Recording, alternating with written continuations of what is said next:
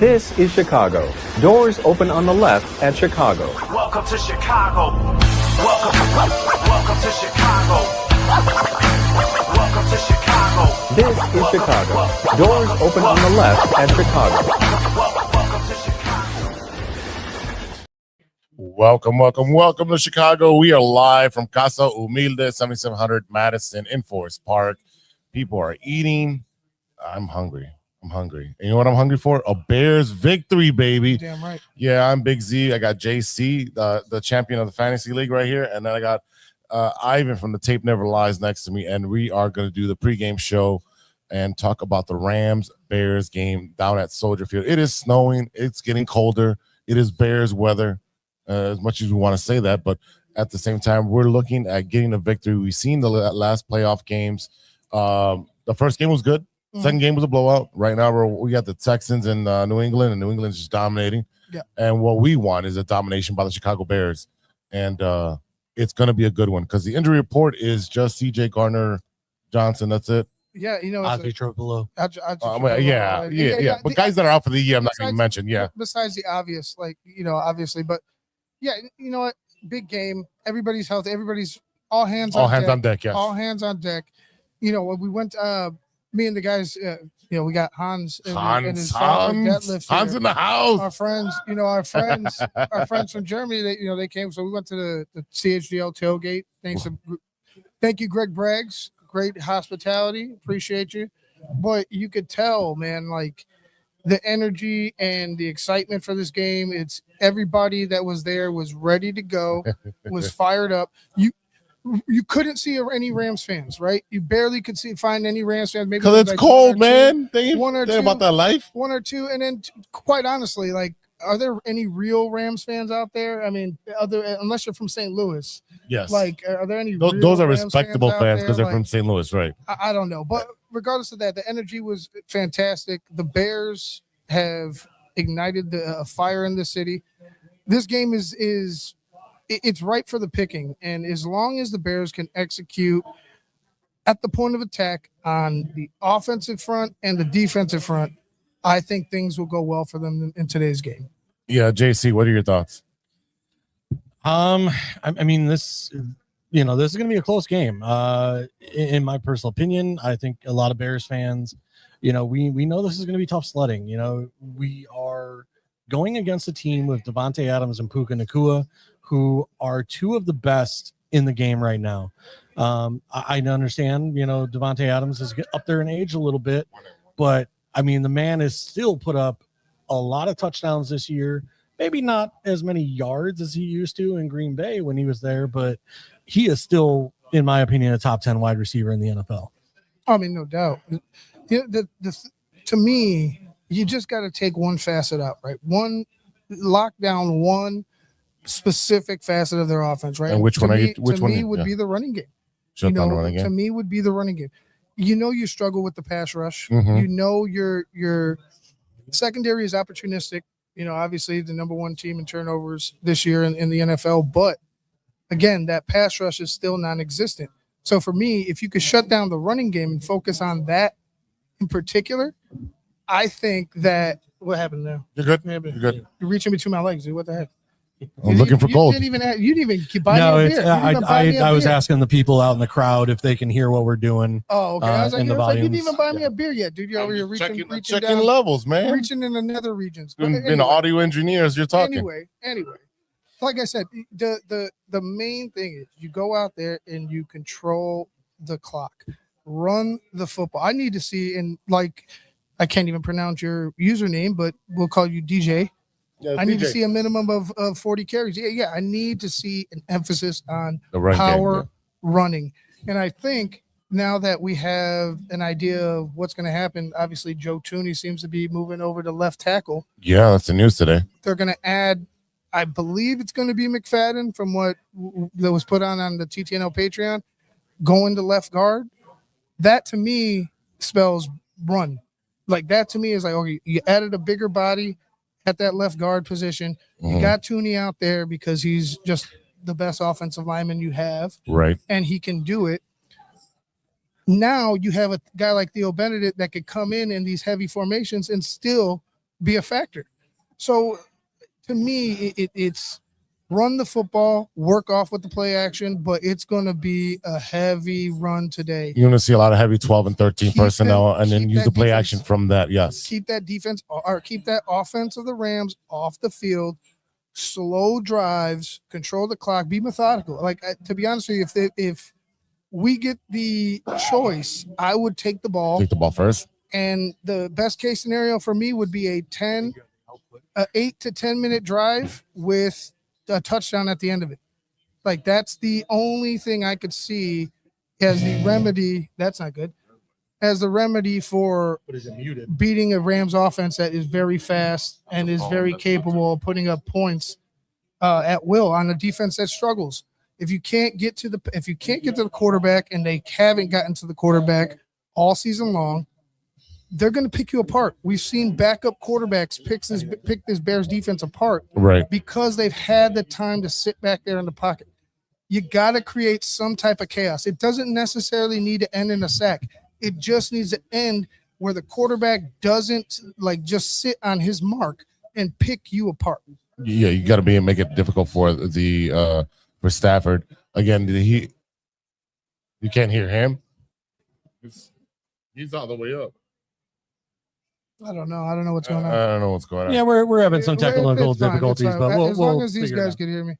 But yeah, you definitely got to make sure that Stafford's unable to not pick you apart. He's a veteran quarterback that's seen it all, done it all, and he's also only has 2 wins in cold weather.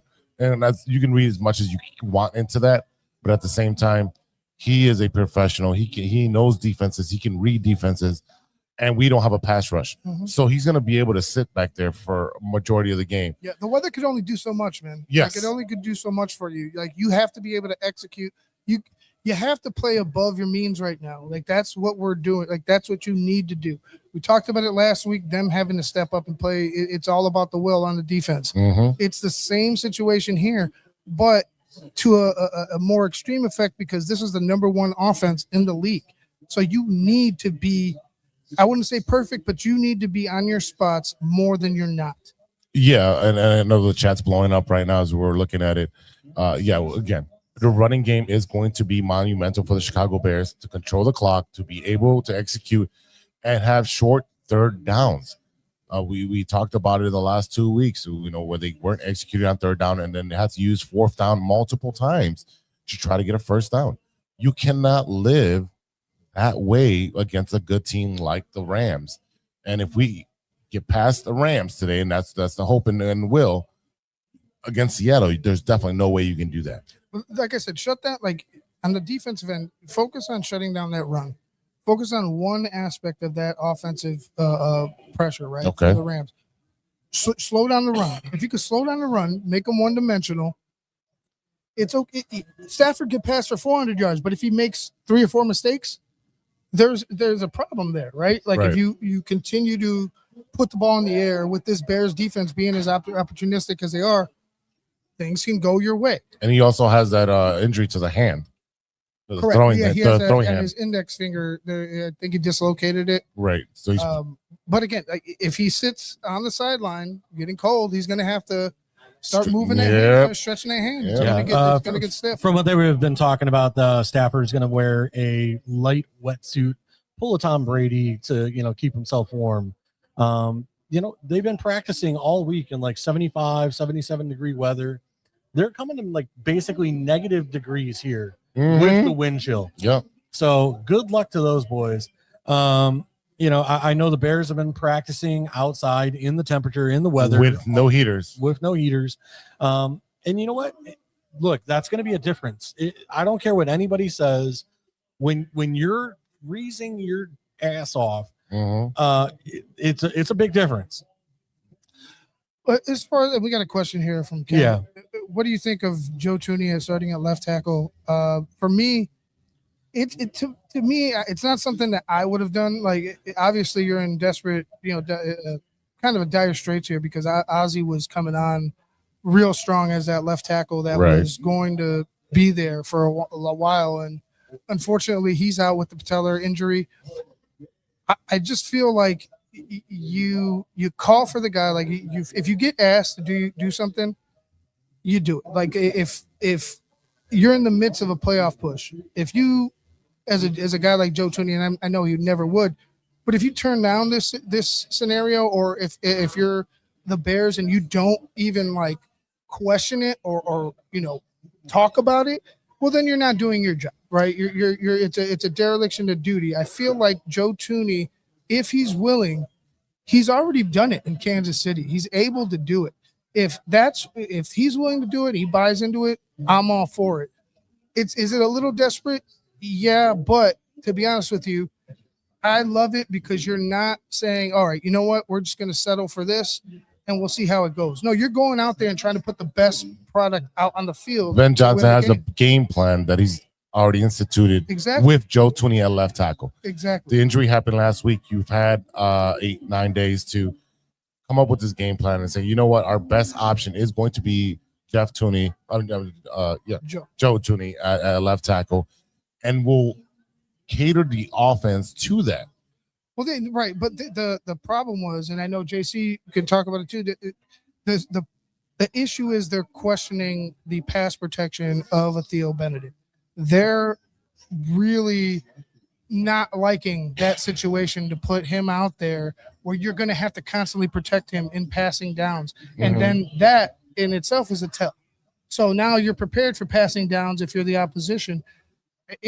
To me, it makes it from a schematic standpoint, it makes sense because now you could play it where they don't need to put any help out there with Joe Tooney. No. They don't need help. But for me, it even regardless of that, the focus should be the run game. It should be a heavy power off tackle, power O, run God's play, run fucking those ends over, and let's get going downhill. Because if you could wear them out, like I said, I think this game is going to be a close one, and I think it's going to be obviously decided like every game for the Bears in that second half, in that fourth quarter. Yeah. And those body blows with Monungai and with Swift and with these guys getting downhill will be a factor. So that's what I want to see starting out this game. JC, who do you want to shut down on the Rams? I mean, obviously the person I really want to shut down is Puka Nacua, number one top.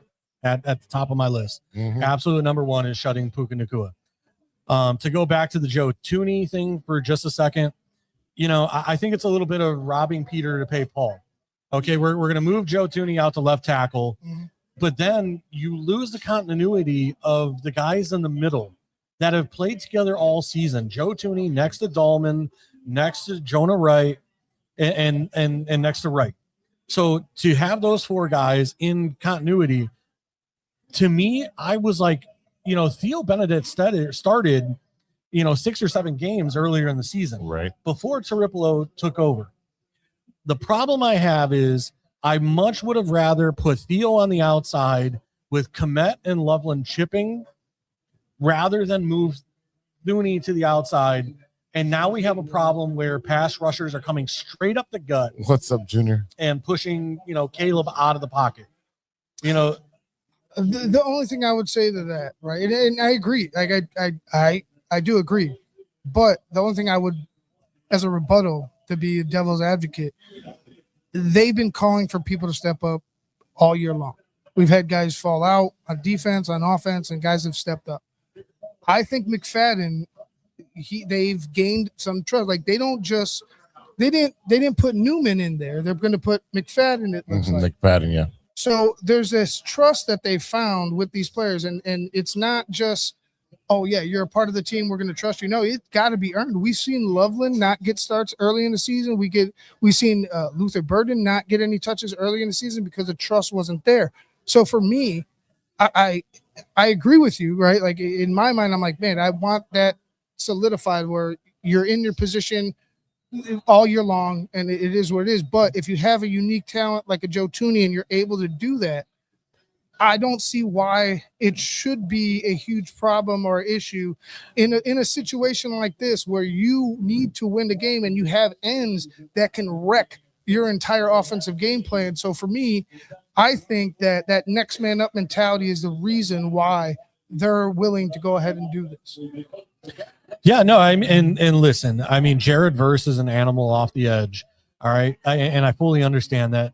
Again, my whole thing was, it's a little late in the season to start messing with the interior. Mm-hmm. And we already know Caleb has an issue trying to stay in the pocket and pass from the pocket. He loves to roll out and look for the big play down the sideline. My whole thing is, if we can keep him clean in the pocket as much as possible, that is what I'm looking for. But we've already now kind of talked about this topic. Again, Puka Nacua, this is going to be a problem for us. Our defensive backs have to be very disciplined in this defense, because Sean McVay's scheme is very much an under-over scheme. All right. If you're playing middle field as a DB, if you bite down on a tight end on the short route, Puka Nacua is going to kill you on the over route on a lot of these middle crossing and like post routes. That is what McVay does, is he runs multiple routes over, under, like one right in front of a linebacker, one right behind the linebacker. And if you bite low, he's going to go deep. If you bite deep, guess what? He's going to throw low. So it's one of those multiple ladder style offenses where I really don't care. But even if I got a triple team and bracket Puka Nacua, so be it. I feel like pressure up the middle, up as opposed to on the edges, is more important in this game. Oh, absolutely. Flushing him to his left or his right is critical. Getting him, if he's even stepping up, even moving straight forward, if he escapes the pocket, running out straight forward, he's more deadly than he will be moving left to his right. And he can still make throws, like, no doubt. But if you're able to flush him out and you're able to get him confused a bit, you got an edge guy. Maybe he is winning his battle. He gets out wide. Quarterback trying to escape. There's so many scenarios can happen from there that can cause duress for that opposing offense. So for me, it's you got to be able to generate that pressure up the middle and flush him to his left or his right in passing situations. Like I said, it doesn't necessarily need to end in a sack. It needs to end in a chaotic rep for the quarterback, to where he is in the most duress and having to make a play in that situation. Yeah, any time you can get Matthew Stafford off his position is a plus. Especially coming up the gut at him. He's going to throw the ball away really quickly. Yeah, Matthew Stafford. He does not want to get hit. Even though Matthew Stafford was very mobile in his younger days, he is not as mobile as he once used to be. So if you can pass rush him up the middle and get that momentum up the gut and get him off his position of where he throws from and likes to be in the pocket, that is going to be the key to the game. Let's talk about our offensive players, what we're looking for, and who's going to be our guys. Ivan, who is going to be your offensive guys for the game? The 5 guys up front. It's the 5 guys up front. It's the offensive line. This is the game where you say, hey, you're the reason we're going to win this game today, or you're the reason we're going to lose this game today. That's what it is. Controlling the clock, controlling the line of scrimmage, in particular with offense. Keeping their offense off the field is the most critical thing you could do in this game. If you allow them to continue to have opportunities, they'll strike. Getting in a shootout in this game is not a great idea. No, it's not a great idea. Even though we know we can put up points if we have to, it's not a great idea. You need to be able to exude your will physically at the point of attack, running the football. They have edges that can get after you in passing situations. Run the ball right at them, beat up that body, give them those body blows, so later in the game, they're not going to want to do that shit. They're not going to want to be there, having to get hit again, pounded again in critical situations to where they're making mistakes. That's what happens when you're able to do that. You saw it with Philly. They weren't able to finish that game because they were beat up, because they were ran all over. That's what you have to do. You got to be a fucking bully today. JC, offensive players. Colston Loveland is going to be my guy today. The past couple weeks, I've continued to say Luther Burden, but Loveland's the guy now. Like that has been clear and obvious that Colson Loveland is a matchup nightmare for any team we have faced. You know, tight ends, that's what it's going to come down to, in my opinion, is whether it's chipping, blocking, or catching passes. It's going to come down to our tight ends. And that's the one position that, you know, the Rams, they have fantastic wide receivers. Their tight ends are kind of lacking, although Higbee came back from injury and has been performing very well since coming back from injury. You know, he's rested, he's ready to go. But like I said, I mean, Colson Loveland is dynamic. And the bottom line is getting that guy the ball in space against linebackers and you know, even shorter DBs. Like, get him mismatched on guys, and it is going to pay off for you. I'm going to go with the running backs and Rome. I need Rome to show up. I know he's been dealing with the injury, but I need Rome to be the guy that shows up today and get the big yards, the big chunks. The tight ends, I agree with you, JC. The tight ends are going to be monumental in this game because not only do they pass, you know, they run block and then they chip and then they're part of the play action. They're part of every single play. They're essential to us being a great offense. And Ben Johnson has been great orchestrating all this stuff. So running game, these boys need to step up and run through the wall. I need you guys to have. You know, today's the day. Sorry, hold on. Today's the day. These we've talked about it. You guys know, and it's my biggest bugaboo of Ben Johnson. You get in hammer time. 4th and 1, he's passing 3rd and 2, 3rd. You need to run them over. I'm telling, mentally getting pushed back where you can't make a stop is more draining to the mind and the body for a defense than it is to go ahead and be like, oh, you know what, we're going to try to pass this ball or we're going to try to do some trick play and give them some hope to where you had them right where you want them.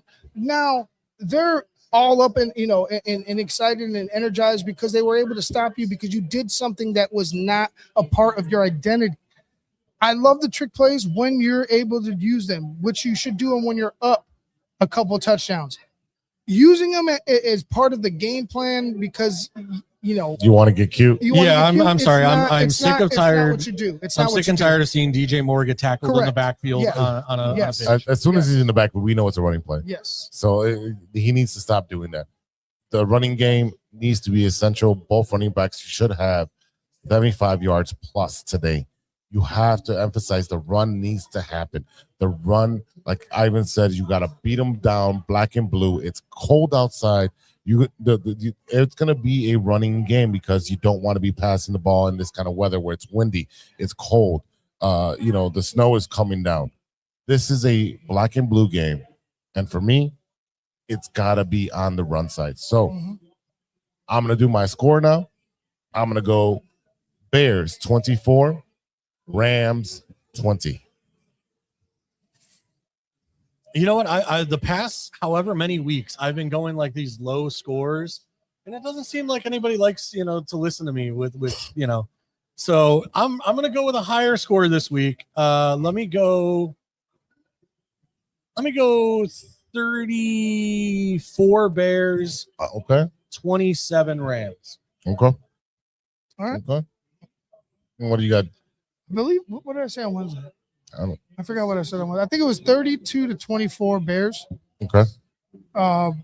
If I'm going to pick an offensive skill player like to pop at any time, for me, it's going to be Colson Loveland.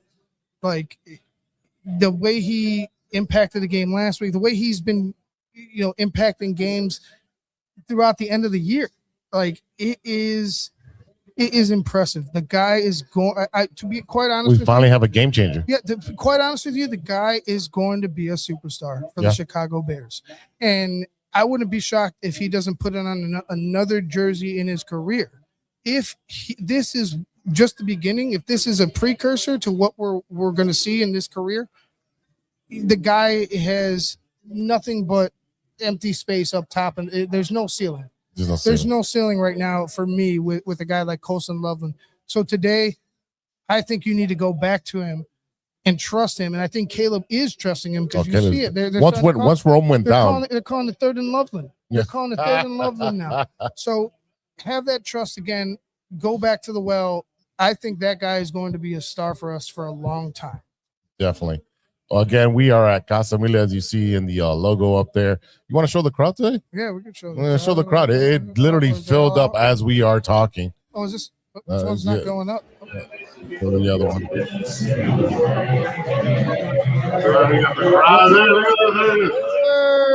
there we go, guys.